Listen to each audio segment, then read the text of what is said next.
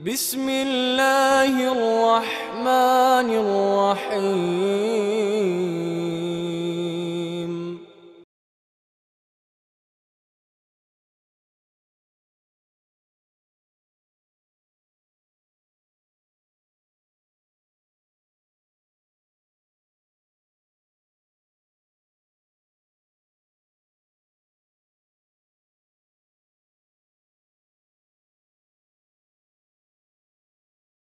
إن الحمد لله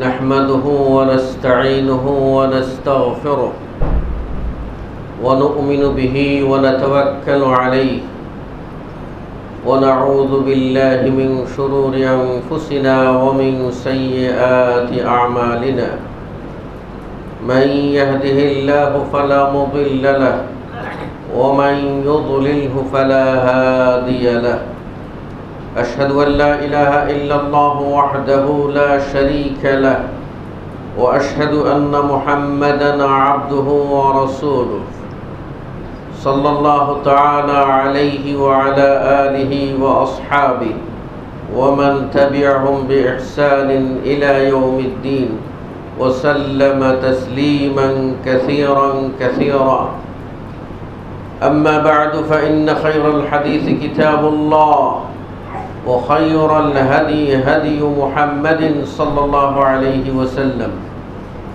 وشر الأمور محدثاتها وكل محدثة بدعة وكل بدعة ضلالة فقد قال الله تبارك وتعالى في كلامه المجيد بعد أعوذ بالله السميع العليم من الشيطان الرجيم بسم الله الرحمن الرحيم والفجر وليال عشر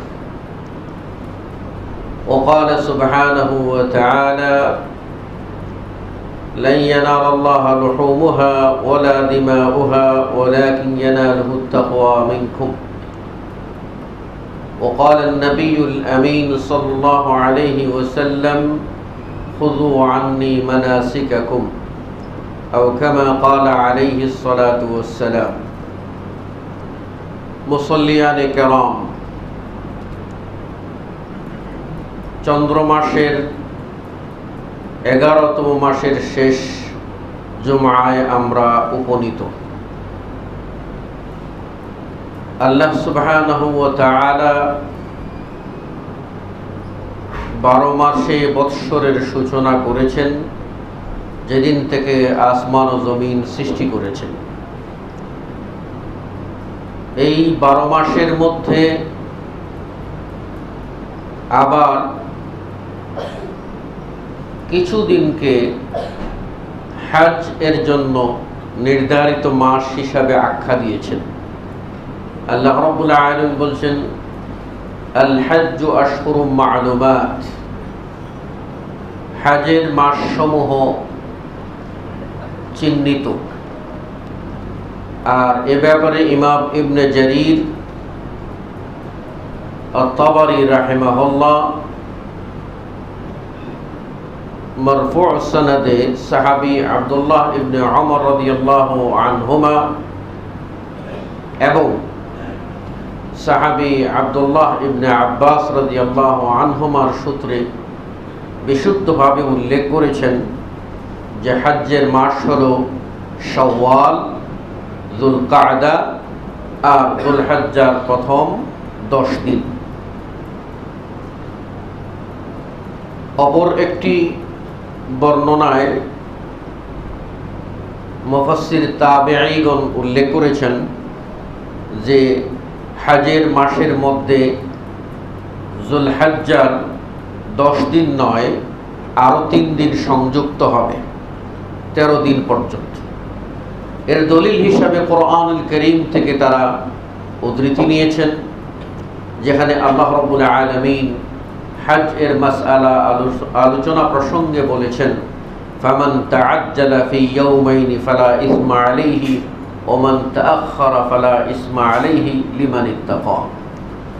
এই আয়াত আইয়ামে তাশরীকের দিনগুলিকেও সংযুক্ত করে, যা 11, 12 ও 13 জিলহজ হিসাবে পরিচিত। এই দিনগুলি হলো হজের। এর মধ্যেই যারা হজ করতে ইচ্ছুক তারা হজ করবেন। আর এই মাসআলায় উমরাকে আলাদা করে দেখানো হয়েছে। হজ করতে গেলে হজের মাসেই নিয়ত করতে হবে, আর উমরা বছরের যে কোনো সময় করা যায়। মুসল্লিয়ানে কেরাম, যুলহজ্জের প্রথম 10 দিন অত্যন্ত মাহাত্ম্যপূর্ণ। এ ব্যাপারে বুখারী ও মুসলিমে সাহাবী আব্দুল্লাহ ইবনে আব্বাস রাদিয়াল্লাহু আনহুমা থেকে প্রমুখাত রিওয়ায়াত, যেখানে তিনি বলেন রাসূলুল্লাহ সাল্লাল্লাহু আলাইহি ওয়াসাল্লাম ইরশাদ ফরমান যে যুলহজ্জের প্রথম 10 দিনের নেক আমলের চেয়ে অন্য কোনো দিনের নেক আমল উত্তম নয়, আল্লাহর কাছে অধিক প্রিয় নয়। অর্থাৎ আল্লাহর কাছে সর্বাধিক প্রিয় আমল হলো যুলহজ্জ মাসের প্রথম 10 দিনের আমল। তখন সাহাবারা জিজ্ঞেস করলেন, ওয়ালাল জিহাদ, হে আল্লাহর রাসূল, জিহাদ কি এর চেয়ে বেশি মর্যাদা রাখে না? তখন রাসূল সাল্লাল্লাহু আলাইহি ওয়াসাল্লাম বললেন, না, জিহাদও এর চেয়ে বেশি মর্যাদা রাখে না। তবে ওই লোক আল্লাযী খারাজা বিনাফসিহি ওয়া মালিহি, যে তার জীবন ও সম্পদ নিয়ে বেরিয়ে গেল আল্লাহর পথে, ফালাম ইয়ারজি, সে ফিরে আসেনি তার জান ও মাল নিয়ে। অর্থাৎ যেই লোক শুধু জিহাদ করলো আর গাজী বেশে ফিরে আসলো, তার মর্যাদা বেশি হলেও এই 10 দিনের নেকির চেয়ে বেশি নয়। বেশি কেবল ওই লোকটির হতে পারে যে তার জান ও মাল নিয়ে বেরিয়ে গেল এবং জান ও মাল দুটোই আল্লাহর পথে উৎসর্গ করে দিল, সে শাহাদতের মর্যাদা লাভ করলো। এই শহীদের মর্যাদা 10 দিনের নেকির চেয়েও বেশি হতে পারে। এতে স্পষ্ট হয়ে যায় যুলহজ্জের প্রথম 10 দিন অত্যন্ত গুরুত্বপূর্ণ দিন। এজন্য 30তম পারার একটি সূরা, সূরা আল ফজর, যার দ্বিতীয় আয়াতে আল্লাহ রাব্বুল আলামিন শপথ করেছেন ওয়ালায়ালিন আশর, আর শপথ 10 রাত্রের। অনেক মুফাসসির এই 10 রাত্র দ্বারা যুলহজ্জ মাসের প্রথম 10 দিনের 10 রাত্রকে অভিহিত করেছেন। আল্লাহ রাব্বুল আলামিন কখনো কোনো সময়ের কসমকে জাতির সামনে উপস্থাপন এভাবে করেন যাতে জাতি এর গুরুত্ব ভালোভাবে উপলব্ধি করতে সক্ষম হয়। যেমন আল্লাহ আসরের কসম খেয়ে বলছেন আসরের কসম, অর্থাৎ মানুষ যেন সময়কে বিবেচনা করে কাজে লাগায়। ঠিক অনুরূপভাবে আল্লাহ রাব্বুল আলামিন এই আয়াতে 10 রাতের কসমের মধ্য দিয়ে আল্লাহ রাব্বুল আলামিন বান্দাকে এই 10 দিনের গুরুত্ব, 10 রাতের গুরুত্ব দেওয়ার জন্য উৎসাহিত করেছেন। এখনে এই 10 দিনের ফজিলত এত বেশি কেন? এই মর্মে সহিহ বুখারীর ভুবন বিখ্যাত ব্যাখ্যা গ্রন্থ ফাথুল বারী এর অমর লেখক আল্লামা ইবনে হাজার আল আসকালানী রাহিমাহুল্লাহ উল্লেখ করেছেন যে ইবাদত সমূহের মধ্যে যে সকল ইবাদতগুলি সবচেয়ে বেশি উল্লেখযোগ্য, সকল ইবাদতের সমাবেশ আল্লাহ এই 10 দিনের ভিতরে ঢুকিয়ে দিয়েছেন। ফলে এই 10 দিনের ইবাদতকে আল্লাহর কাছে অধিক প্রিয় বলে আখ্যা দিয়েছেন তিনি। ইবাদতের মধ্যে সবচেয়ে গুরুত্বপূর্ণ ইবাদত হলো সালাত। এই 10 দিনের ভিতরে সালাত রয়েছে। ইবাদতের মধ্যে সবচেয়ে গুরুত্বপূর্ণ একটি ইবাদত হলো সিয়াম, আর এই 10 দিনের ভিতরে সিয়াম রয়েছে। কেউ চাইলে 1 তারিখ থেকে 9 তারিখ পর্যন্ত সিয়াম পালন করতে পারেন, আর তাও যদি না করতে পারেন কমপক্ষে আরাফার দিনের সিয়াম। সাহাবী রাসূলুল্লাহ সাল্লাল্লাহু আলাইহি ওয়াসাল্লামকে আরাফার সিয়াম সম্পর্কে জিজ্ঞেস করেছিলেন। আল্লাহ নবী বললেন, আহতাসিবু ইনদাল্লাহ আন ইউকাফিরা সানাতাল্লাতী ক্বাবলা ওয়াস সানাতাল্লাতী বা'দা। আল্লাহ নবী বলছেন, আমি এই প্রত্যয় বিশ্বাস করি যে আল্লাহ রাব্বুল আলামিন আরাফার 1 দিনের সিয়াম বা নফল রোজার বিনিময়ে বান্দার বিগত 1 বছর এবং আগামী 1 বছর 2 বছরের গুনাহকে মাফ করে দেবেন। আর আহলুস সুন্নাহ ওয়াল জামাত এই মর্মে একমত যে নেক আমল দ্বারা সগীরা গুনাহসমূহ ক্ষমা পায়। পক্ষান্তরে এরই ভিতরে কেউ কাবিরা গুনাহ করে থাকলে তাকে তওবা করতে হবে। কাজেই তওবা সহ কোনো ব্যক্তি যদি আরাফার সিয়াম পালন করেন তাহলে আমরা আল্লাহ রাসূল সাল্লাল্লাহু আলাইহি ওয়াসাল্লামের এই দৃঢ় বক্তব্যের মধ্য দিয়ে একথা নিশ্চিতরূপে সিদ্ধান্ত নিতে পারি যে তওবা সহ সিয়াম পালন করলে ব্যক্তির বিগত 1 বছর এবং আগামী 1 বছর 2 বছরের সমুদয় গুনাহ আল্লাহ মাফ করে দেবেন। পক্ষান্তরে কবিরা গুনার জন্য তওবা না করে যদি শুধু সিয়াম পালন করেন তাহলে এটি বিশুদ্ধ মতে তিনি সগীরা গুনাহ সমূহ থেকে ক্ষমা পাবেন, কবিরা গুনাহ থেকে ক্ষমা পাবেন না। তৃতীয়ত হলো এই দিনগুলির ভিতরেই রয়েছে হজ। হজ ইসলামের 5টি স্তম্ভের একটি।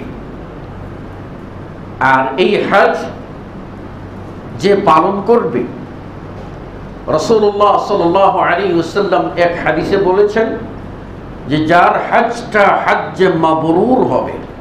হজ্জে মাবরুর ওই হজকে বলা হয় যে হজটি আল্লাহর দরবারে গৃহীত হবে। বলবেন কোন হজ আল্লাহর দরবারে গৃহীত?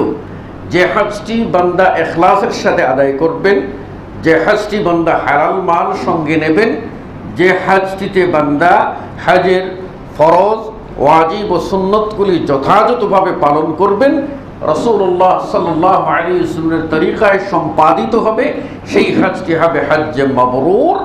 আর হজ্জে মাবরুরের প্রতিদান সম্পর্কে প্রিয় নবী সাল্লাল্লাহু আলাইহি ওয়াসাল্লাম বলছেন যে এর প্রতিদান জান্নাত ছাড়া আর কিছুই হতে পারে না।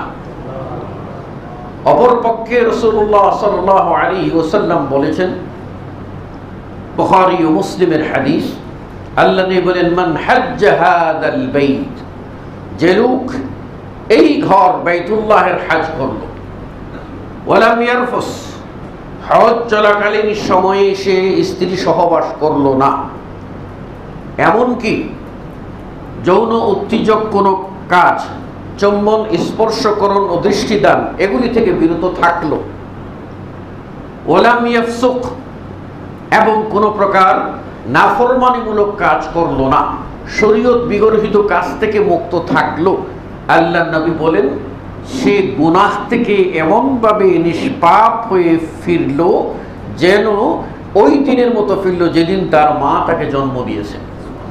অর্থাৎ নবজাতক সন্তান যেরকম নিষ্পাপ হয়ে ফিরে, একজন হাজি সত্যিকার অর্থে হজ করলে তিনিও নিষ্পাপ হয়ে ফিরে আসেন। উল্লেখ্য যে হজ্জের সফরে আরাফা থেকে ফেরার পথে, মুজদালিফে যাওয়ার পথে আরোহীর উপর থেকে পড়ে একজন সাহাবী ইন্তেকাল করলেন। সাহাবারা কিংকর্তব্য বিমূঢ় হয়ে গেলেন, এই অবস্থায় তার দাফন কিভাবে সম্পন্ন করা হবে।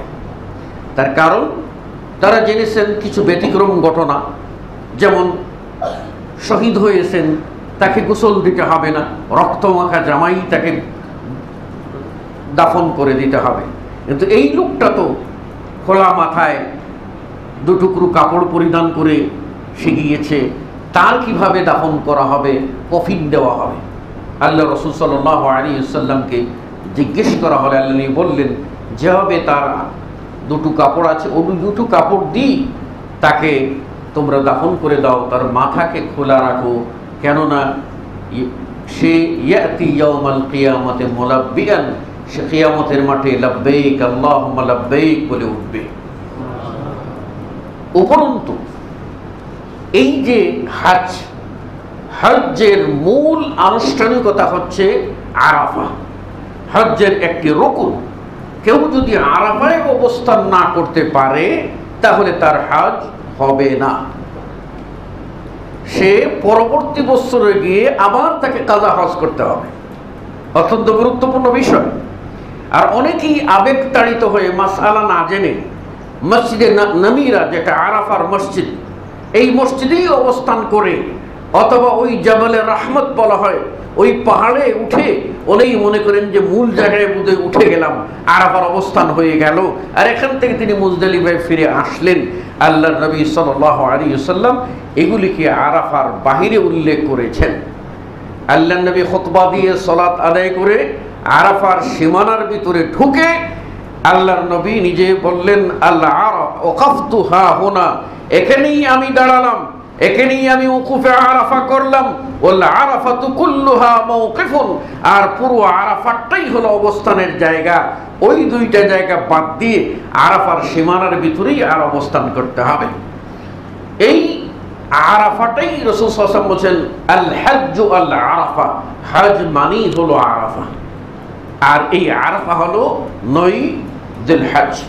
সুতরাং এই 10 দিনের ভিতরে হজ এবং হজের মূল অনুষ্ঠানটি সম্পন্ন হয়ে থাকে। চতুর্থত, এই 10 দিনের ভিতরে আরেকটি উল্লেখযোগ্য ঘটনা হলো, সেটি হলো আপনার হজ্জের আরেক মূল পর্ব কোরবানি করা। আর এটি 10ম জিলহজ্জে হয়ে থাকে। কোরবানিটি অত্যন্ত গুরুত্বপূর্ণ যে আল্লাহ রাব্বুল আলামিন এই 10ম জিলহজ মাসের 10ম তারিখকে হজ্জে আকবর বা সবচেয়ে বড় হজ হিসাবে আখ্যায়িত করেছেন। আমাদের সমাজে একটু প্রচলিত ভুল ধারণা আছে, যারা মনে করেন যে আরাফার দিন যেই বৎসর আরাফাটা জুমার দিনে হয়, জুমা এবং আরাফা একত্রিত হয়, সেই হজটাকে আকবরী হজ বা বড় হজ বলা হয়। এটি প্রচলিত কথা। আল্লাহ রাব্বুল আলামিন ইয়াউমুন নাহর বা কোরবানির দিনটাকে বলছেন সেই দিনই হলো আল হজ্জুল আকবর, সবচেয়ে বড় হজ, আর এটা 10ম জিলহজ। সুতরাং আপনি যদি দেখেন যে ত্যাগ ও কোরবানির যত গুরুত্বপূর্ণ ইবাদত সবগুলি এই 10 দিনের ভিতরে আল্লাহ রাব্বুল আলামিন দিয়ে দিয়েছেন। সেই কারণে ইমাম ইবনে হাজার আল আসকালানী রাহিমাহুল্লাহ বলেন, এই সকল গুরুত্বপূর্ণ ইবাদতের সমাবেশ এই 10 দিনের ভিতরে ঘটার কারণে আল্লাহ রাব্বুল আলামিন এই 10 দিনকে সবচেয়ে বেশি প্রিয় দিন হিসাবে পছন্দ করেছেন। আর আল্লাহর হাবিব মুহাম্মদুর রাসূলুল্লাহ সাল্লাল্লাহু আলাইহি ওয়াসাল্লাম এই 10 দিনের ইবাদতকে আল্লাহর কাছে সবচেয়ে পছন্দের ইবাদত হিসেবে আখ্যা দিয়েছেন। মুসল্লিয়ানে কেরাম, আসুন আমরা যারা হজে যেতে পারবো না, যারা হজে যাব তারাও তো সেই সুযোগগুলি পাবো, আর যারা হজে যেতে পারবো না তাদের জন্য এই 10 দিনে কি সুযোগ রয়েছে। এই 10 দিনে তারা চাইলে 1 নম্বরে সবসময় সালাত আদায় করেন, কিন্তু এই 10 দিনে একটু যত্নবান হবেন। এই সালাতগুলির ভিতরে মানে তার আদায়কৃত সালাতের ভিতরে কোথায় কোন জায়গায় একটু পয়েন্ট মাইনাস আছে, তিনি চেষ্টা করবেন ওই পয়েন্টটা প্লাস করার জন্য। যেমন তিনি সালাত আদায় করেন কিন্তু তার 5 ওয়াক্তের মধ্যে কোনো একটা ওয়াক্তে জামাত মিস হয়ে যায়, তিনি চেষ্টা করবেন এই গুরুত্বপূর্ণ দেশগুলিতে শপথ নেবেন যে আমার যেন সাধ্যপক্ষে জামাত মিস না হয়। হতে পারে এমন মুসল্লি আছেন যিনি জামাতের সাথেই সালাত আদায় করেন, কিন্তু তার তাকবীরাতুল ইহরাম বা প্রথম তাকবীরে উলাটা ছুটে যায়, জামাত আরম্ভ হওয়ার পরে এসে তিনি শরীক হন। তাকবীরে উলার ফজিলত সম্পর্কে রাসূল সাল্লাল্লাহু আলাইহি ওয়াসাল্লাম বলছেন যে মানুষ যদি জানতো তাকবীরে উলার যে ফজিলত, এই ফজিলত সম্পর্কে অধিক গুরুত্ব দেওয়া আছে। এখন আপনি শপথ নেন যে আমি আমার তাকবীরে উলা মিস হয়েছে কোনো দিন, আমি এই 10 দিনে চেষ্টা করব যেন আমার তাকবীরে উলা মিস না হয়। 3, আপনি সালাত 5 ওয়াক্ত আদায় করেছেন, তাকবীরে উলাও ধরেছেন, কিন্তু আপনি প্রথম কাতারে পান নাই চান্স। অথচ রাসূল সাল্লাল্লাহু আলাইহি ওয়াসাল্লাম বলেছেন যে মানুষ যদি জানতো আযান দেওয়া এবং প্রথম কাতারে সালাত আদায়ের ভিতরে কি নেকি রয়েছে, তাহলে তারা ওই জায়গায় স্থান নেওয়ার জন্য অথবা আযান দেওয়ার সুযোগ নেওয়ার জন্য সিরিয়ালে দাঁড়াইতো এবং অসংখ্য প্রার্থী হইতো। সবাই তো আর এক জায়গা পাবে না, তাই লটারি করে প্রয়োজনে হলেও তারা প্রতিযোগিতায় আসতো। তাহলে আপনার ছুটে গেছে প্রথম রাকাত, এবার শপথ নিন যে এই 10 দিনের জন্য আমি প্রথম রাকাতটা মিস না হয়। পঞ্চমত আপনার প্রথম রাকাত হয়েছে, কিন্তু আপনি প্রায় বাম দিকে পড়ে গেছেন, আপনার ডান সাইডে থাকার সুযোগ হয় নাই। অথচ ডান সাইডের স্পেশাল একটা গুণ আল্লাহ নবী সাল্লাল্লাহু আলাইহি ওয়াসাল্লাম বলেছেন, যারা ডান সাইডে প্রথম কাতারের ডান সাইডে সালাত আদায় করবে, আল্লাহর ফেরেশতারা তাদের জন্য দোয়া করবেন। আপনি সেই ডান সাইডের প্রতিযোগিতায় নামুন, দেখুন তো আপনি ভালো কাজে প্রতিযোগিতা করতে পারেন কিনা। আল্লাহ যেহেতু বলছেন ফাস্তাবিকুল খায়রাত, তোমরা নেকির কাজে পরস্পরে প্রতিযোগিতা করো। আপনি নফল সিয়াম পালন করেছেন, কিন্তু এই 10 দিনের ভিতরে আপনার জন্য অবারিত সুযোগ আসছে, আপনি নফল সিয়াম পালন করতে পারেন। আচ্ছা, আপনি নফল সিয়াম পালন পুরোটা করতে পারলেন না, আপনি আরাফার দিনের সিয়ামটা পালন করতে পারেন, আর যার বিবরণ একটু আগে উল্লেখ করা হয়েছে। আপনি এর ভিতরে 1 তারিখ থেকে ইচ্ছা করলে আপনি তাহলিল দিতে পারেন, আল্লাহর নামে তাকবীর দিতে পারেন, আল্লাহর বরত্ব ঘোষণা করতে পারেন। কোন কোন সাহাবীদের আমল ছিল, আপনি সেটা করতে পারেন। তা না হলে অন্তত 9 তারিখ থেকে আইয়ামে তাশরিকের অর্থাৎ 13 তারিখ আসর পর্যন্ত এই তাকবীরগুলি আপনি মিস করবেন না। সেই প্রতিযোগিতা আপনি গ্রহণ করুন। আপনি চেষ্টা করুন সুন্নত তরিকায় ঈদের সালাতটা আদায় করা যায় কিনা, এটা আপনার একটা সংকল্প হোক নেকির কাজে প্রতিযোগিতার জন্য। খুঁজে দেখুন রাসূলুল্লাহ সাল্লাল্লাহু আলাইহি ওয়াসাল্লাম ঈদের সালাত কিভাবে আদায় করেছেন। উন্মুক্ত মাঠ থাকলে মসজিদে সালাত আদায় করেন নাই, মাঠ আছে বৃষ্টির কারণে মাঠে যেতে পারেন নাই, মসজিদে সালাত আদায় করেছেন। সামর্থ্য আছে, আপনি উন্মুক্ত মাঠে চলে যান। আল্লাহ নবী সাল্লাল্লাহু আলাইহি ওয়াসাল্লাম প্রথম রাকাতে আপনার তাকবীরে তাহরিমার পর কারো মতে তাকবীরে তাহরিমার সহ 60টি অতিরিক্ত তাকবীর দিয়েছেন। আপনি সেই 7 তাকবীর কোথায় পাওয়া যায় সেটা খুঁজে দেখুন, রাসূলের সুন্নতকে অগ্রাধিকার দিন। দ্বিতীয় রাকাতে রাসূল সাল্লাল্লাহু আলাইহি ওয়াসাল্লাম 5টি অতিরিক্ত তাকবীর দিয়েছেন। আপনি সেই 5 তাকবীর দেওয়া যায় কোথায় পাওয়া যায়, সুন্নতের অনুসন্ধান করুন, তাহলে সুন্নত মতো সালাত আদায় করলেন, এটা আপনার জন্য এটা সৌভাগ্য। আপনি কোরবানি করুন। আসলে কোরবানি আমাদের সমাজে আমরা বলি কোরবানি, এটা আমাদের ভারতীয় পরিভাষা। এটা আসলে এটা আরবি আসল শব্দ হলো কোরবান। কোরবান শব্দটি কোরবন ধাতুমূল থেকে নিষ্পন্ন, যার অর্থ হলো নিকটবর্তী হওয়া। আর কোরবানি বলতে আমরা পারিভাষিকভাবে বুঝি যে ওই সকল বস্তু, চাহে সেটা জীব হোক আর জড় হোক, অর্থকরী হোক, ওই সকল বস্তু যা উৎসর্গের মাধ্যমে, যা প্রদানের মাধ্যমে আল্লাহ রাব্বুল আলামিনের কুরবত বা নৈকট্য বা সান্নিধ্য প্রত্যাশা করা হয়, কামনা করা হয়, তাই হলো কোরবানি। এই কোরবানি হতে পারে আপনার অর্থের, হতে পারে আপনার সময়ের, আল্লাহ রাস্তায় সময় দিলেন, সময়ের কোরবানি। হতে পারে আপনার শারীরিক কসরত, আল্লাহ রাস্তায় মেহনত করলেন, এটাও কোরবানি। হতে পারে আপনি অর্থকড়ি দান করলেন, সেটাও কোরবানি। যা আপনি আল্লাহর সন্তুষ্টির জন্য দেওয়ার মতো যা দেবেন তাই কোরবানি। যেমন আমরা যদি লক্ষ্য করি তাহলে দেখতে পাবো এই কোরবান ইতিহাস অতি প্রাচীন। আমরা সাধারণত কোরবানিকে জানি যে ইব্রাহিম আলাইহিস সালাম তদীয় পুত্র ইসমাইলকে মিনা উপত্যকায় নিয়ে জবে করেছিলেন, সেখান থেকে কোরবানি চালু হয়েছে। এই কথার সাথে আরেকটু যোগ করে কথাগুলিকে বুঝে নিতে হবে।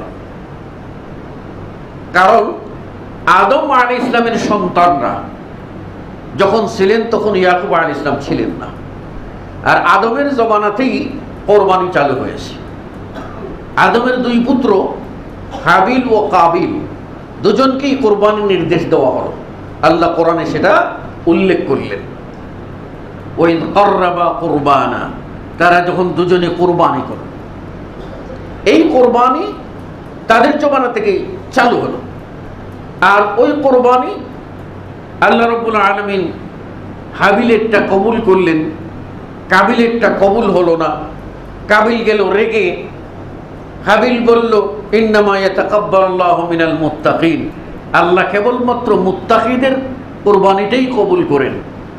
তাহলে বোঝা গেল কোরবানি অতি প্রাচীন।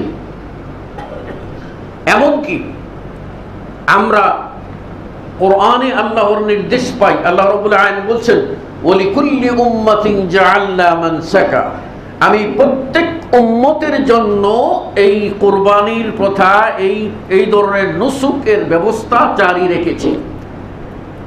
এর দ্বারা স্পষ্ট হয় প্রত্যেক জাতি, বিগত যত কওম অতিবাহিত হয়েছেন, প্রত্যেক কওমের ভিতরেই কোনো না কোনো পদ্ধতিতে কোরবানির প্রথা, কোরবানির এই রেওয়াজ, এ আমল জারি ছিল। তার সাথে যুক্ত হলো ইব্রাহিম আলাইহিস সালামের কোরবানিটি। সেই কোরবানির মাধ্যমে ইব্রাহিম আলাইহিস সালাম তাওহীদের দাবি পূরণ করতে গিয়ে, আল্লাহর মহব্বতের দাবি পূরণ করতে গিয়ে আল্লাহ রাব্বুল আলামিন অশীতিপর বুড়ো অবস্থায় ইব্রাহিমকে যে সন্তানটা দিয়েছিলেন, কলিজার টুকরা লখতে জিগর ইসমাইল, সেই ইসমাইলকে কোরবানি করার জন্য আল্লাহ রাব্বুল আলামিন নির্দেশ দিলেন। আর এই নির্দেশ তার সন্তানের কাছে উপস্থাপন করলেন, বাবা আমি দেখেছি স্বপ্নে তোমাকে আমি কোরবানি করছি, জবাই করছি, ফানজুর মাযা তারা, তুমি বলো তোমার অভিমত কি। তখন ছেলে বলেছিল যে ইয়া আবাতি ফাআল মা তু'মার সাতাজিদুনি ইনশাআল্লাহু মিনাস সাবিরিন, বাবা হে আমার, আপনাকে যা আদেশ করা হয়েছে তা আপনি পালন করুন, ইনশাআল্লাহ আমাকে ধৈর্যশীলদের মধ্যেই পাবেন। তারপর ইব্রাহিম আলাইহিস সালাম স্বীয় পুত্র ইসমাঈলকে নিয়ে মিনা উপত্যকায় গেলেন। সেখানে গিয়ে তিনি কি করেছিলেন? আমাদের সমাজে অনেক কিচ্ছা কাহিনী আছে, অনেক কিচ্ছা কাহিনী আছে। সেগুলির ভিতরে আমরা উল্লেখযোগ্য জানি যে ইব্রাহিম আলাইহিস সালাম ইসমাঈলকে জবাই করার জন্য শুইয়ে দিলেন, কিন্তু ইসমাঈলের গলায় ছুরি চালালেন, তারপরও ইসমাঈল জবাই হয় না। তারপর সেই ছুরিটা নিয়ে পাথরে ঘষা দিলেন, তখন পাথর দ্বিখণ্ডিত হয়ে গেল, ইসমাঈল হয় না। কেন ইসমাঈল সেখানে জবাই হয় না? যে ইসমাঈল আলাইহিস সালামের এই কণ্ঠনালী, তার গলদেশ এবং তার ঘাড়ে আমাদের নবী, আখির নবী, নূর নবী মুহাম্মদ সাল্লাল্লাহু আলাইহি ওয়াসাল্লাম নাকি সেখানে স্পর্শ করেছিলেন এবং চুম্বন দিয়েছিলেন, যার কারণে ইব্রাহিমের তো ধারালো ছুরি পাথর কাটলেও ইসমাঈলকে কাটেনি। সেদিন ইসমাঈলকে রক্ষা করেছিলেন আমাদের নবী মুহাম্মদ সাল্লাল্লাহু আলাইহি ওয়াসাল্লাম। নাউযুবিল্লাহি মিন যালিক। আস্ত গাজাখুরি, অদ্ভুত কথা, যার কোনো শরঈ ভিত্তি নেই। শরীয়তে আল্লাহ কি বলেছেন? এজন্য কোরআনুল কারীম হলো তিনটি মূল জিনিসের উৎস। একটি হলো বিশুদ্ধ আকীদা, যদি জানতে চান তাহলে মহাগ্রন্থ আল কোরআনের কাছেই যান। আরেকটি হলো যদি আপনি মানব সভ্যতার বিকাশের ইতিহাস প্রকৃতপক্ষে জানতে চান তাহলে আল কোরআনের কাছেই আপনি যান। আর তৃতীয়টা হলো আপনি যদি আহকাম জানতে চান, শরীয়ত জানতে চান, বিধান জানতে চান, আইন জানতে চান, তাহলে আপনি যাবেন আল কোরআনের কাছে। আপনারা শুনেছেন সূরাতুল ইখলাস, কুল হুয়াল্লাহু আহাদ, এই সূরাকে রাসূল সাল্লাল্লাহু আলাইহি ওয়াসাল্লাম কোরআনের 1/3 বলেছেন। কেন? এই কোরআনের ভিতরে তিনটি জিনিস পাওয়া যায়। তিনটির ভিতরে একটি হলো আল্লাহর পরিচয়, তাওহীদ, একত্ববাদ। আর সিরফ সূরা ইখলাসের ভিতরে আল্লাহর পরিচয় উল্লেখ করা হয়েছে, এই হিসাবে এটাকে কোরআনের 1/3 বলা হয়। কোরআন থেকে আপনাকে ইতিহাস দিতে হবে। আল্লাহ যেখানে বলছেন ফালাম্মা আসলামা ওয়া তাল্লাহু লিল জাবিন, যখন দুজন, কে? ইব্রাহিম ও ইসমাঈল, আসলামা, বশ্যতা স্বীকার করিলেন। তার অর্থ হলো ইব্রাহিম তার পুত্রকে জবাই করিবেন সেই সিদ্ধান্ত স্থির করিয়া নিলেন, আর পুত্র ইসমাঈল জবাই হইবেন সেই মর্মে সন্তুষ্ট চিত্তে রাজি হইয়া গেলেন। ফালাম্মা আসলামা ওয়াতাল্লাহু লিল জাবিন, আর ইব্রাহিম তার পুত্র ইসমাঈলকে পার্শ্বদেশে শুইয়ে দিলেন। বাবা পুত্রকে জবাই করবেন, পুত্র জবাই হবেন, দুজনই সারেন্ডার হলেন আল্লাহর হুকুমের কাছে, পুত্রকে শুইয়ে দিলেন। তারপর কি হলো? তারপর আল্লাহ বলছেন, আমি ডাক দিয়ে বললাম, ইয়া ইব্রাহিম কদ সাদ্দাকতার রুয়া, ইব্রাহিম তোমার স্বপ্ন বাস্তবায়িত হয়ে গেছে, তোমার স্বপ্ন বাস্তবায়িত হয়ে গেছে, স্বপ্নকে পূরণ করে ফেলেছ, তুমি বিজয়ী, তুমি পরীক্ষায় উত্তীর্ণ হয়েছ। আল্লাহ বলছেন এভাবে, আর লম্বা কিস্সা কাহিনীর দরকার নাই। পুত্রকে শুইয়ে দিলেন, আর পিতা জবাই করতে রাজি হলেন, আল্লাহ পেছন দিক থেকে ডাক দিয়ে দিলেন। সুতরাং রূপকথার গল্পে না গিয়ে কোরআনের এই বর্ণনা অনুযায়ী আমরা বিশ্বাস করব, বাপ বেটা দুজনেই আল্লাহর হুকুম পালনে প্রস্তুত হওয়াতেই আল্লাহ রাব্বুল আলামিন খুশি হয়ে তাদের কোরবানিকে কবুল করে নিলেন। তারপর আল্লাহ রাব্বুল আলামিন এই যে কোরবানি, এটাকে জারি রাখার জন্য আল্লাহ রাব্বুল আলামিন বললেন, ফাদাইনাহু বিযিবহিন আযীম, আমি একটি বড় জন্তু কোরবানির জন্য দিয়ে দিলাম, বড় একটা জন্তু। আর ওয়াতারাকনাহু লিল আখিরিন, আর পরবর্তী বংশধরের জন্য ইহা আমি এই সুন্নত ছেড়ে দিলাম, অর্থাৎ রেখে দিলাম, জারি রাখলাম। সুতরাং কোরবানি হবে, যদি আপনি বলেন, তাহলে আল্লাহকে সন্তুষ্ট করার জন্য, উদ্দেশ্য হবে আল্লাহকে সন্তুষ্ট করা। কোরবানি কেন করবেন? এ কারণেই যে আল্লাহ রাব্বুল আলামিন প্রত্যেক উম্মতের ভিতরে এই আমলটা জারি রেখেছেন, আপনিও একটি উম্মত, উম্মতে মুহাম্মাদি, আপনি সেটা বাস্তবায়ন করবেন। কেন কোরবানি করবেন? এই উম্মতের তাওহীদের যিনি গুরু ইব্রাহিম আলাইহিস সালাম, তিনি যে তাওহীদি চেতনায় উদ্বুদ্ধ হয়ে কোরবানি করেছিলেন, আপনিও সেই কোরবানি সেজন্য করবেন। এক্ষুনি প্রশ্ন হলো, কোরবানির গুরুত্ব কতখানি? কোরবানির গুরুত্ব কতখানি? এই কথা বোঝার জন্য আমরা একটি আমলকে দৃষ্টান্ত হিসাবে নিতে পারি। সেটি হলো বিশ্বনবী মুহাম্মদুর রাসূলুল্লাহ সাল্লাল্লাহু আলাইহি ওয়াসাল্লামের আমল।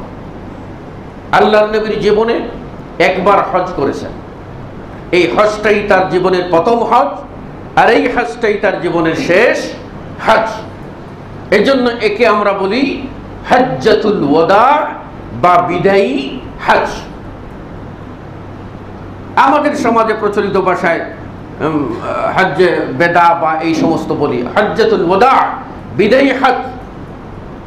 এই হজ্জে রাসূলুল্লাহ সাল্লাল্লাহু আলাইহি ওয়াসাল্লাম মদিনা থেকে মিনায় কোরবানি করবেন, সেই নিয়তে উট সেখান থেকে প্রস্তুত করে নিয়ে গিয়েছিলেন। সঙ্গে তার কাফেলার সঙ্গে মদিনা থেকে উট হাঁকিয়ে নিয়ে গিয়েছিলেন। এটা তার একটা বড় প্রমাণ যে আল্লাহর নবী কোরবানির প্রতি কত আগ্রহী ছিলেন। শুধু তাই না, আল্লাহর নবী সাল্লাল্লাহু আলাইহি ওয়াসাল্লাম নিয়ত করেছিলেন তিনি বেশি সংখ্যক কোরবানি দিবেন। তাই বেশি উট মক্কায় পাওয়া যেত না, এই জন্য তিনি বাহির থেকে অর্থাৎ ইয়ামান থেকে উট সংগ্রহ করালেন। এর দ্বারাও বোঝা গেল কোরবানির প্রতি রাসূল সাল্লাল্লাহু আলাইহি ওয়াসাল্লাম কতটুকু যত্নবান ছিলেন। তৃতীয়ত, ইয়াউমুন নাহরের দিন, কোরবানি করার দিন, প্রিয় নবী সাল্লাল্লাহু আলাইহি ওয়াসাল্লাম নিজে 63টি উট নিজ হাতে নাহর করেছেন। আর নাহর বলা হয় উটের বক্ষদেশ বরাবর ধারালো কোনো অস্ত্র দিয়ে ঘাই মারা বা আঘাত দেওয়া, যাতে রক্ত ফিনকি দিয়ে পড়বে এবং গড়িয়ে যাবে, আস্তে আস্তে উটটি নিস্তেজ হয়ে যাবে এবং পড়ে যাবে। এটাই হলো উট কোরবানির, উট জবেহের নিয়ম। আর অন্যান্য প্রাণীগুলি জবাই করতে হয়, ভেড়, বকরি, গরু, খাসি, এগুলি জবাই করতে হয়। তার দুই শ্বাসনালী এবং কণ্ঠনালী কেটে দিয়ে যে জবাই করা হয় এটাকে বলে জবাহ। আর উটের বক্ষ দেশে ছুরি দিয়ে আঘাত করে যে রক্ত প্রবাহিত করার মধ্য দিয়ে যে কোরবানি করা হয় একে বলা হয় নাহার। আল্লাহ বলছেন ফাসাল্লি লিরাব্বিকা ওয়ানহার, তুমি তোমার রবের জন্য সালাত আদায় করো এবং নাহার করো। এটি একটি গুরুত্বপূর্ণ ইবাদত। নবী মুহাম্মদুর রাসূলুল্লাহ সাল্লাল্লাহু আলাইহি ওয়াসাল্লাম নিজে নাহার করেছেন নিজ হাতে 63টি উট। তারপর বাকি আলী রাদিয়াল্লাহু আনহু হাতে ছুরি তুলে দিয়ে বললেন তুমি বাকিগুলি পুরাও। আল্লাহর নবী এই হজ্জে এই সফরে 100 উট কোরবানি করেছিলেন। এর মাধ্যমে উম্মতকে জানিয়ে গেলেন যে কোরবানিটি সাধারণ কোনো ইবাদত নয় যে তোমরা হেলায় দুলায় উড়িয়ে দেবে, বরং অতি গুরুত্বপূর্ণ ইবাদত। তাই আল্লাহ নবী সাল্লাল্লাহু আলাইহি ওয়াসাল্লাম সেই দুর্দিনে অর্থনৈতিক সংকটের মধ্যেও সাধারণ প্রাণী নয়, যাকে বলা হয় মরুভূমির জাহাজ, দুষ্প্রাপ্য প্রাণী, সেই রকম প্রাণী আল্লাহর নবী 100টি নাহার করে তার গুরুত্ব বুঝিয়ে দিলেন। এরপরও কি আপনার কোরবানি করার কোনো বড় দলিলের দরকার আছে? এবারে নবী মুহাম্মদ রাসূলুল্লাহ সাল্লাল্লাহু আলাইহি ওয়াসাল্লাম কোরবানি করলেন, তার সাহাবারা কোরবানি করলেন, এবং পরবর্তী যুগে আবু বকরের যুগ, ওমরের যুগ, ওসমানের যুগ ক্রমান্বয়ে এই কোরবানি এখন পর্যন্ত চালু হয়ে আসছে এবং কিয়ামত পর্যন্ত এটা জারি থাকবে ইনশাআল্লাহ। তবে আমরা বেশিরভাগ ক্ষেত্রে কিছুটা ধোঁকায় পড়ে যাই। ধোঁকা কেন? যে আমাদের তৌহিদি চেতনাটা দুর্বল। তখন আমরা আমাদের দিলকে নরম করার জন্য একটু এক্সট্রা অ্যান্টিবায়োটিক আমরা নেই। অর্থাৎ তৌহিদি চেতনায় কোরবানি করার চেয়ে আমরা বেশি ফজিলত কত আছে এটা দেখার চেষ্টা করি। এটা হলো এক্সট্রা অ্যান্টিবায়োটিক, যাতে দিলটা নরম হয়। ফজিলতের বেশি চিন্তা করি। আর কোরবানির ফজিলত সম্পর্কে যত হাদিস ইবনে মাজাহ ও তিরমিজিতে বর্ণিত হয়েছে, প্রত্যেকটা হাদিস যায়ীফ।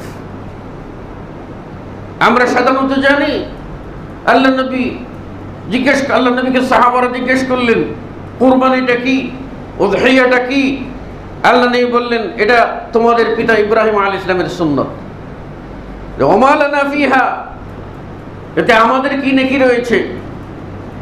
তা আল্লাহ নবী বললেন তোমাদের প্রত্যেকটা পশমে পশমে নেকি আছে। এটাও যায়ীফ, এটাও দুর্বল। আমরা জেনেছি কোরবানির দিনে কোরবানির পশুর রক্ত জমিনে গড়িয়ে পড়ার আগেই আল্লাহর কাছে কবুল হয়ে যায়। আর কিয়ামতের মাঠে কোরবানির পশু তার চামড়া, তার করুনিহা ও আজলাফিহা, তার শিং এবং তার খোর, পায়ের খোর, এগুলি নিয়ে সে আপনার নেকির পাল্লায় উঠবে, অর্থাৎ বেশি নেকি ভারী করে দেবে। এগুলিও যায়ীফ। কোরবানির ফজিলত সংক্রান্ত সব হাদিসই যায়ীফ। কিন্তু আমরা কেন কোরবানি করব? আল্লাহ বলেন লিকুল্লি উম্মাতিন জাআলনা মানসাকা, প্রত্যেক উম্মতের জন্য আমি এই আমল জারি করে দিয়েছি। সুতরাং আল্লাহর নির্দেশ পালনের জন্যই কোরবানি করব। কোরবানি কেন করব? আল্লাহ রাব্বুল আলামিন নিজে বলেছেন লান ইয়ানালাল্লাহু লুহুমুহা ওয়ালা দিমাউহা ওয়ালাকিন ইয়ানালুত তাকওয়া মিনকুম। কোরবানির গোশত এবং রক্ত আল্লাহর কাছে পৌঁছায় না, আল্লাহর কাছে পৌঁছায় তোমাদের ভিতরে কার তাকওয়া আছে। সুতরাং তাকওয়ার পরীক্ষার জন্য আমরা কোরবানি দেব। হাবিল যেমন তার ভাই কাবিলকে বলেছিল যে ইন্নামা ইয়াতাকাব্বালুল্লাহু মিনাল মুত্তাকিন, মুত্তাকিদের কাছ থেকেই আল্লাহ কবুল করেন। সুতরাং কোরবানি দেওয়া হচ্ছে তাকওয়ার পরীক্ষা। ইব্রাহিম আলাইহিস সালাম দিয়েছিলেন, সেই কোরবানি হচ্ছে তৌহিদি চেতনার পরীক্ষা। যার ভিতরে ঈমান থাকবে সে কোরবানি করবে। একটি হাদিস অবশ্য সহিহ পর্যায়ের, সেটি হলো রাসূল সাল্লাল্লাহু আলাইহি ওয়াসাল্লাম বলেছেন মান লাহু সাআ ওয়ালাম ইউযাহি, যে ব্যক্তি সামর্থ্যবান, সামর্থ্য আছে আর সে কোরবানি করলো না, আল্লাহ নবী বলছেন সে যেন আমাদের ঈদগাহে না আসে। তার অর্থ হলো আমরা যেন এটা বুঝে না নেই যে লোক সামর্থ্য থাকলো আর কোরবানি করলো না তার জন্য ঈদগাহে যাওয়া হারাম, এই ধরনের ফতোয়া যেন না দেই। বরং এটার অর্থ হলো আল্লাহর নবী তাকে তিরস্কার করেছেন যে সামর্থ্য থাকার পরেও কেন সে কোরবানি দিল না, কেন সে কোরবানি দিল না। কাজেই কোরবানিটি গুরুত্বের সঙ্গে বিবেচনা আপনাকে করতে হবে। কোরবানি আপনি করবেন কেন? আল্লাহ রাব্বুল আলামিন বলেছেন ওমান ইউআযযিম শাআইরাল্লাহ ফাইন্নাহা মিন তাকওয়াল কুলুব, যেই লোক আল্লাহর এই শিআর বা নিদর্শনকে বড় করে দেখে, গুরুত্বের সাথে বিবেচনা করে, আল্লাহ বলেন সেটা হচ্ছে তার অন্তরে যে তাকওয়া আছে তারই বহিঃপ্রকাশ। তাহলে আপনি তাকওয়ার পরীক্ষা দেওয়ার জন্য আল্লাহর এই নিদর্শনটাকে আপনি বড় করে দেখবেন। কেন আপনি কোরবানি করবেন? আল্লাহ নিজেই বলছেন যেন তোমরা আল্লাহর জিকির করতে পারো। কোরবানির প্রত্যেকটি পশু কোরবানির সময় প্রত্যেকটি বান্দা আল্লাহর জিকির করবে, বলবে বিসমিল্লাহ, বলবে আল্লাহু আকবার। সারা পৃথিবীতে লক্ষ লক্ষ কোরবানি হবে, লক্ষ লক্ষ কণ্ঠে ধ্বনিত হবে বিসমিল্লাহি আল্লাহু আকবার। এটা কি আল্লাহর জিকির নয়? গুরুত্বপূর্ণ জিকির। কোরবানি কেন করবে? আল্লাহ বলছেন আমি তোমাদের যে আলা মা রাযাকাহুম মিন বাহিমাতিল আনআম, চতুষ্পদ জন্তুগুলি তোমাদের জন্য যে ভক্ষণ করার খাওয়ার আমি সুযোগ দিয়েছি, সেই নিয়ামতের কৃতজ্ঞতা স্বরূপ তোমরা সেগুলি কোরবানি করবে। সুতরাং জয়ীফ হাদিসের দিকে যাওয়ার দরকার নাই। অসংখ্য আয়াত আমাদেরকে কোরবানির প্রতি উদ্বুদ্ধ করছে। প্রিয় নবী মুহাম্মদুর রাসূলুল্লাহ সাল্লাল্লাহু আলাইহি ওয়াসাল্লামের সহিহ সুন্নাহ আমাদেরকে কোরবানি করার জন্য উদ্বুদ্ধ করছে।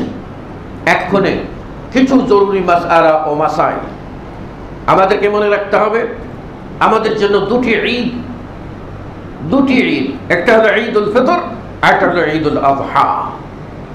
দুই ঈদের ভিতরে পার্থক্য হলো দুটি। ঈদুল ফিতর আপনাকে কিছু খেয়ে আসা, ঈদের মাঠে আসার আগে কিছু খাওয়া হলো সুন্নত, আর ঈদের সালাতটা বিলম্ব করা, এই দুইটা জিনিস খেয়াল করতে হবে। আর ঈদুল আযহা না খেয়ে আসা সুন্নত, আর তুলনামূলকভাবে ঈদুল ফিতরের চেয়ে ঈদুল আযহা একটু আগে ভাগে পড়ে নেওয়া সুন্নত।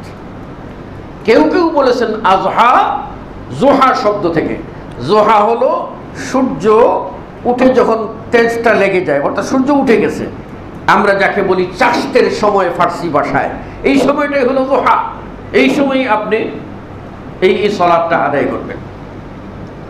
আর প্রথমেই হলো সালাত, তারপরে হলো খুতবা।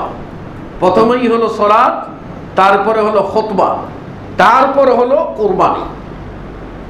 এই জন্য কেউ যদি সালাতের আগে কুরবানি দিয়ে দেয় তাহলে তার কুরবানি হবে না, যেহেতু সে রাসূলের তরিকা মানে নাই। সে গোশত খাওয়ার জন্য হবে, কিন্তু আল্লাহর নৈকট্য লাভের জন্য হবে না। এটা হলো এক নম্বর বিষয়। আমাদেরকে কোরবানি দেওয়ার বেলায় প্রথম সালাত আদায় করতে হবে, তার উপর কোরবানি। এবার কোরবানি করার সময় যে মাসআলাটি আমি আপনাদের জ্ঞাতার্থে বলবো সেটা হলো যে আপনার কোরবানির পশুটি যেন দোষমুক্ত হয়।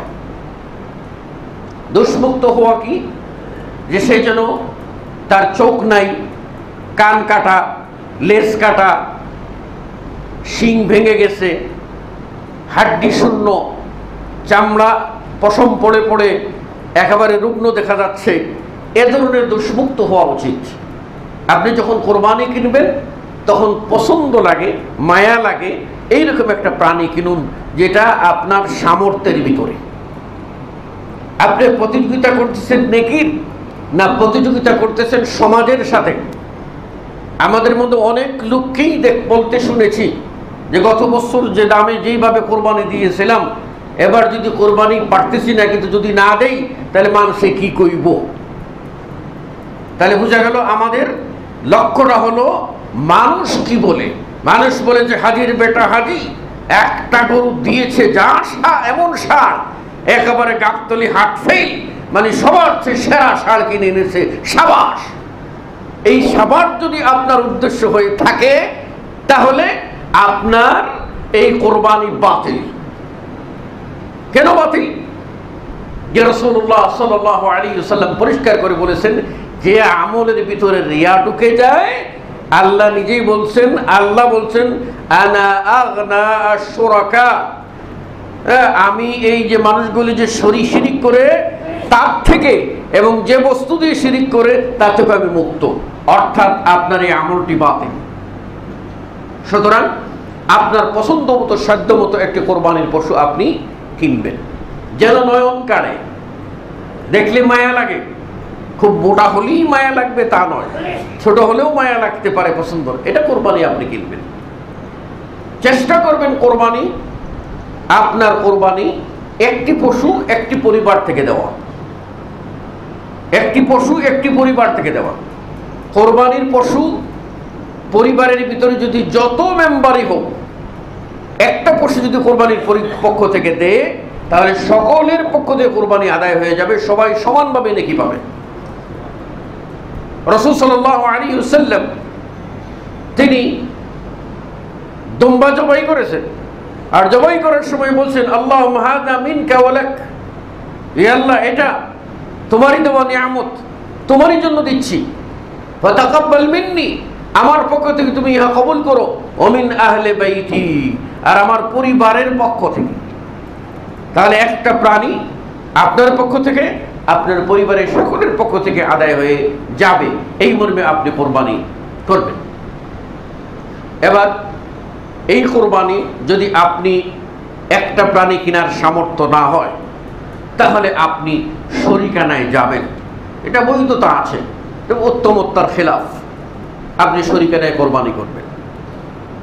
কোরবানিটা করার সময় আপনাকে যা লক্ষ্য করতে হবে, প্রথমেই যিনি কোরবানির নিয়ত করবেন তিনি এই যুলহজ মাসের চাঁদ ওঠার আগে, অর্থাৎ এই মাসের মধ্যেই শেষের দিকে তার নখ এবং চুল যা কাটার তিনি যেগুলি পরিষ্কার করার সেগুলি করে ফেলবেন। আল্লাহ নবী সাল্লাল্লাহু আলাইহি সাল্লাম বলেছেন, যে ব্যক্তি কোরবানির নিয়ত করবে সে যেন এই 10 দিনে অর্থাৎ কোরবানির আগ পর্যন্ত সে যেন তার নখ চুলে না ধরে, অর্থাৎ সেগুলি কাটা সুন্নতের খেলাফ। নখ চুল কাটবেন না। কারা? যারা কোরবানি দেবেন, যারা কোরবানি দেবেন তারা নখ চুল কাটবেন না, কোরবানি দেওয়ার পরে গিয়ে নখ চুল কাটবেন। কোরবানি দেওয়ার পরে দুটি কাজ করা ভালো। একটি হলো কোরবানির গোশত দিয়ে প্রথম খাবার, ওই দিনে কোরবানির গোশত দিয়ে প্রথম খাবার খাওয়াটা সুন্নত। না পারলে আপনি জবাই করে গিয়ে খেয়ে নিলেন, খেতে পারেন, কিন্তু সুন্নত হলো কোরবানির পশুর গোশত দিয়ে খাওয়া। 2 নম্বর হলো কোরবানি করার পরে গিয়ে নখ চুল কাটা। এ হলো কোরবানির বিষয়। এবার যিনি কোরবানি করবেন তিনি নিজ হাতে কোরবানি করবেন। বলবেন আমি তো বড় শিল্পপতি, আমি বড় প্রফেসর, আমি বড় ডাক্তার, আমি 2-10টা বাড়ির মালিক, আমি গরুর যুগলায় ছুরি লাগাবো, এটা কেমন কথা? এটা তো কসাইয়ের কাজ। আমি বলবো আপনি ইব্রাহিম আলাইহিস সালামের চেয়ে বড় হন নাই, আপনি মুহাম্মদুর রাসূলুল্লাহ সাল্লাল্লাহু আলাইহি ওয়াসাল্লামের চেয়ে বড় হন নাই, যিনি পৃথিবীর সমস্ত বনি আদমকে যদি এক পাল্লায় তোলা হয় আর ওই পাল্লায় সকল নবী ও রাসূলকেও দেওয়া হয়, আর অপর এক পাল্লায় যদি বিশ্ব নবী আমার নবী মুহাম্মদুর রাসূলুল্লাহ সাল্লাল্লাহু আলাইহি ওয়াসাল্লামকে দেওয়া হয়, আমার নবীর পাল্লাই ভারী হবে। পরিষ্কার বুখারীর হাদিস, আল্লাহ নবী বলেছেন আনা সাইয়্যিদু ওয়ালাদি আদম, আমি আদম সন্তানের শ্রেষ্ঠ। সেই নবী যদি নিজ হাতে কোরবানি করতে পারেন তা আপনি কে, আমি কে? ইব্রাহিম আলাইহিস সালাম তো সুন্দর করে বলতে পারতেন, আল্লাহ গো তুমি তো চাইছো কলিজার টুকরা ইসমাইলকে, তা তো দিয়েই দিলাম, জবাইটা আমাকে দিয়ে করাইবা, এরকম পাষাণ কাজ কেমন করে তুমি করাইবা? তুমি এই কাজটা এটা ফেরেশতা দিয়ে সারাইয়া ফেলো, পারতেন না? কিন্তু আল্লাহ রাব্বুল আলামিন চেয়েছেন ইব্রাহিম আমার কথা মতো সে ছুরি চালায় কিনা, উদ্যত হয় কিনা, রাজি হয় কিনা। সুতরাং আপনি আপনার সেই তাওহীদি চেতনায় নিজেই কোরবানি করতে যাবেন।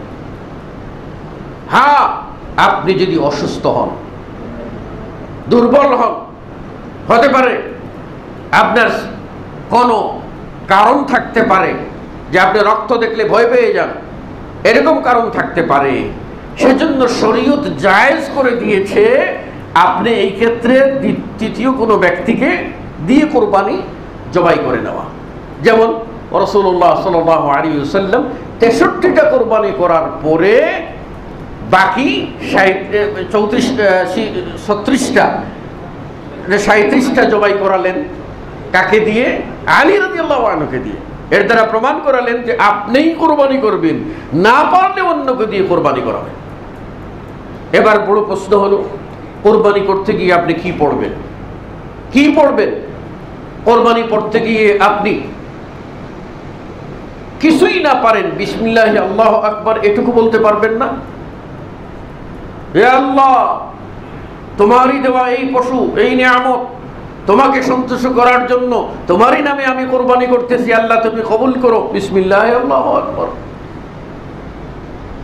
এই কাজটির জন্য কারো কাছে আপনি আপনার ব্যক্তি সত্তাকে বিক্রি করে দেবেন না, যে অন্য এটা করে দেবে। ওই আগের জমানার মতো যে একজন এসে কোরবানির গরু জবাই করে দেবে, তাকে মাথাটা দিয়ে দিতে হবে। আরেক সময় সমাজে চালু ছিল, কোনো সমাজে, যে কোরবানি করবে হে এক রান দিয়ে দিতে হবে পুরোটাই।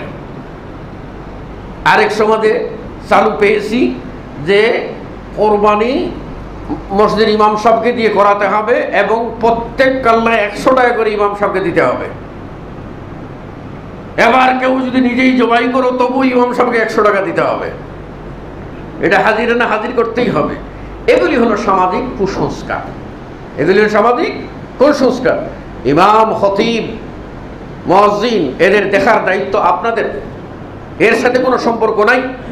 রাসূলুল্লাহ সাল্লাল্লাহু আলাইহি সাল্লাম থেকে সহিহ মুসলিমের হাদিস, আলী রাদিয়াল্লাহু আনহু পরিষ্কার করে বলছেন আমাদেরকে রাসূল সাল্লাল্লাহু আলাইহি সাল্লাম কোরবানির পশু থেকে বিনিময় হিসাবে কিছু দিতে নিষেধ করেছেন। তাহলে আমরা কি দিতাম? আলী বলছেন আমরা দিতাম আমাদের নিজেদের পকেট থেকে। কাজেই কেউ যদি বলেন যে তুই তো কোরবানি করিস নাই, করবি কোত্থেকে? আয় আমার বাড়ির গরুটা কাইটা পিটা দিবি, তোরে ভালো করে পুষাইয়া দিব। এই পোষাপুষির কাজ যদি করেন তাহলে আপনার কোরবানিতে রাসূলের তরিকার খেলাফ করবেন। আপনি একজন শ্রমিক নেবেন, আপনার একজনের দরকার, 10 জনের দরকার, নেন, তার সাথে চুক্তিবদ্ধ হন। সেটা কি? যে তোমার রোজ কত, এটা কেটে দিবা, কত নিবা, এটা আপনার পকেট থেকে আলাদা দিয়ে দেবেন।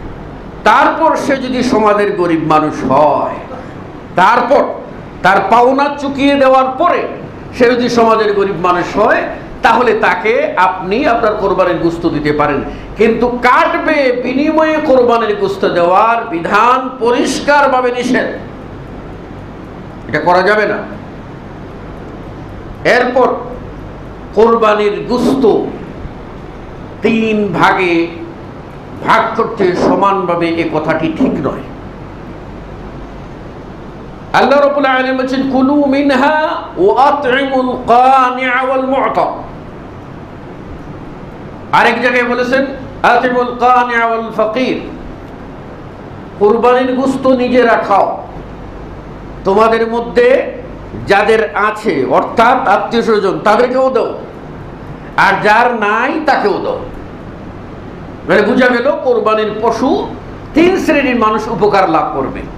নিজেরা খাবে, স্বজনদেরকে খাওয়াবে, পাড়া প্রতিবেশী যাদের আছে তাদেরকেও, আর যাদের নাই তাদেরকেও দেবে। এটা হলো ইসলামের বিধান। আরেকটি কথা আমাদের সমাজে আছে যে কোরবানির গোশত 3 দিনের বেশি রেখে খাওয়া যাবে না। তারা একটা হাদিসকে নিয়ে আসেন, এই হাদিসটা বুঝতে অসুবিধা হয়েছে। রাসূলুল্লাহ সাল্লাল্লাহু আলাইহি ওয়াসাল্লাম 1 বছর কোরবানির জন্য নিষেধ করেছিলেন যে 3 দিনের বেশি রাখিও না।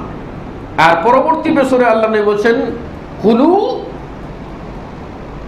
ওয়াদ্দাখিরু, খাও আর জমা করে রাখো, খাও খাওয়াও জমা করে রাখো। যে বৎসরে নিষেধ করেছিলেন সে বৎসরে কোরবানি দাতার সংখ্যা ছিল কম, কাজেই সবাই যদি জমা করে রাখে তাহলে গরিবরা পাবে না।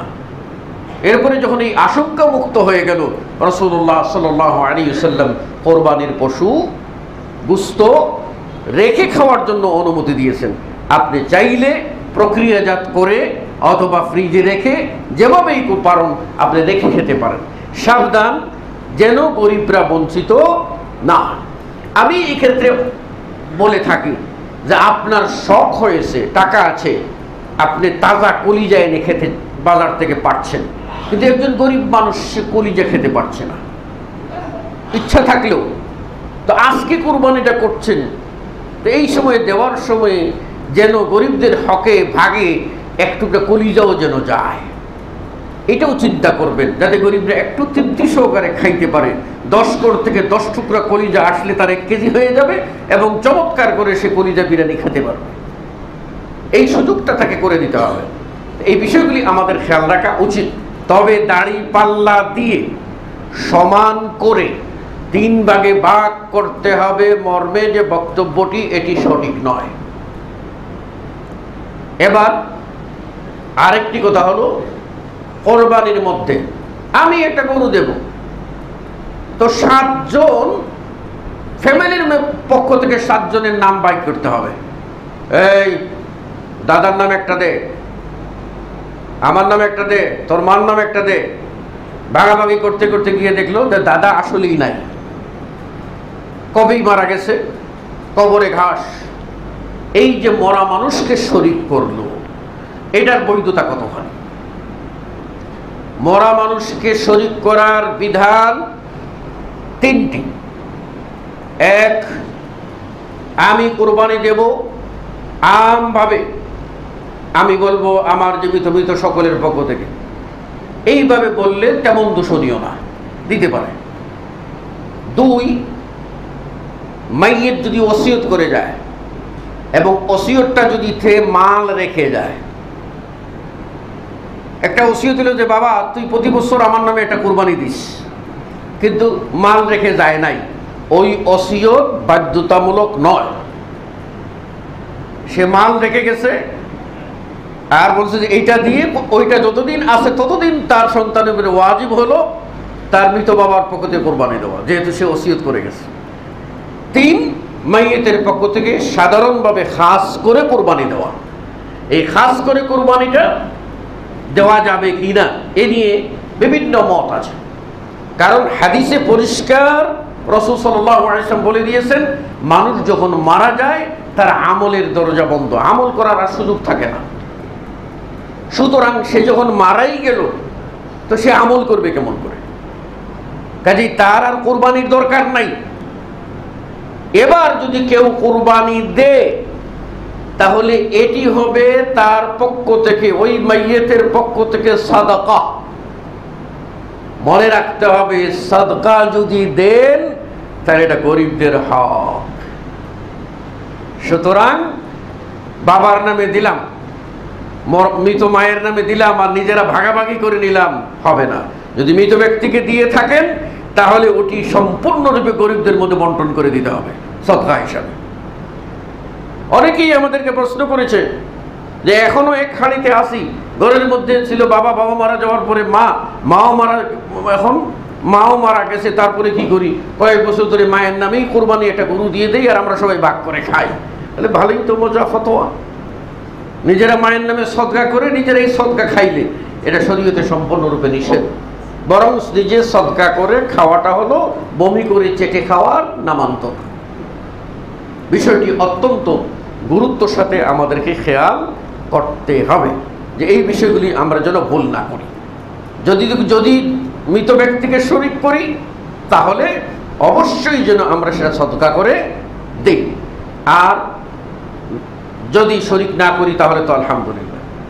অনেকেই এরকম আছে যে একা একটা গরু দে, 2টা দে, 3টা দে, অনেক সময় গিয়ে কয়েক রাসূলুল্লাহ সাল্লাল্লাহু আলাইহি ওয়াসাল্লামের নামে একটা কোরবানি করো। তাই আমি বলি যে পৃথিবীতে সমস্ত উম্মত রসুলের আছে, যেই লোক রসুলের নামে কোরবানি করলো তার উপরে এখন ওয়াজিব হয়ে যায় পৃথিবীতে কোথায় কোথায় রসুলের উম্মত আছে তার বাড়িতে এই হকটা পৌঁছে দেওয়া।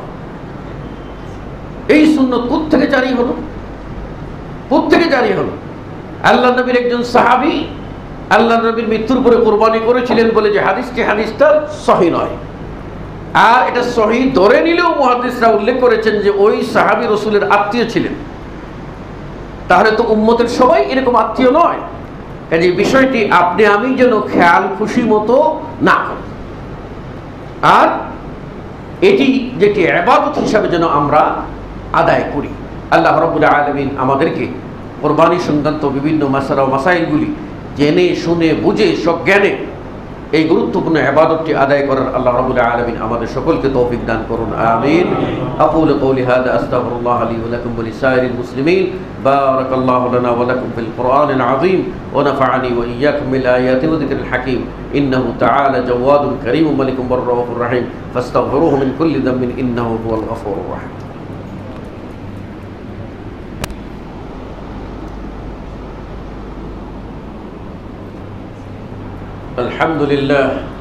الحمد لله الذي خلق الإنسان وقد أتى عليه حين من الدهر لم يكن شيئا مذكورا ثم هداه السبيل ونصب له الدليل إما شاكرا وإما كفورا فسبحان الذي لم يزل ولا يزال حيا قيوما مدبرا سميعا بصيرا.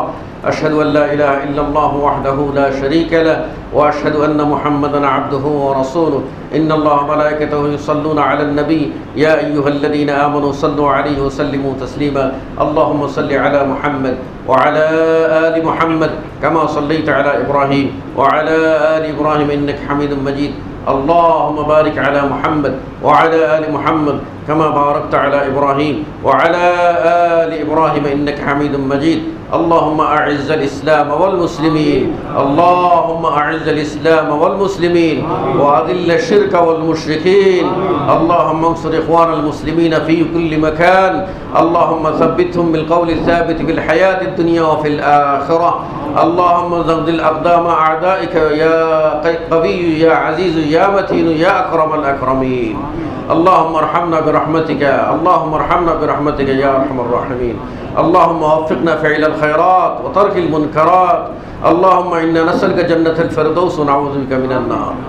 اللهم إنا نسألك جنة الفردوس ونعوذ بك من النار. اللهم أرنا الحق حقا وارزقنا اتباعه وأرنا الباطل باطلا وارزقنا اجتنابه. اللهم وفقنا فعل الخيرات وترك المنكرات.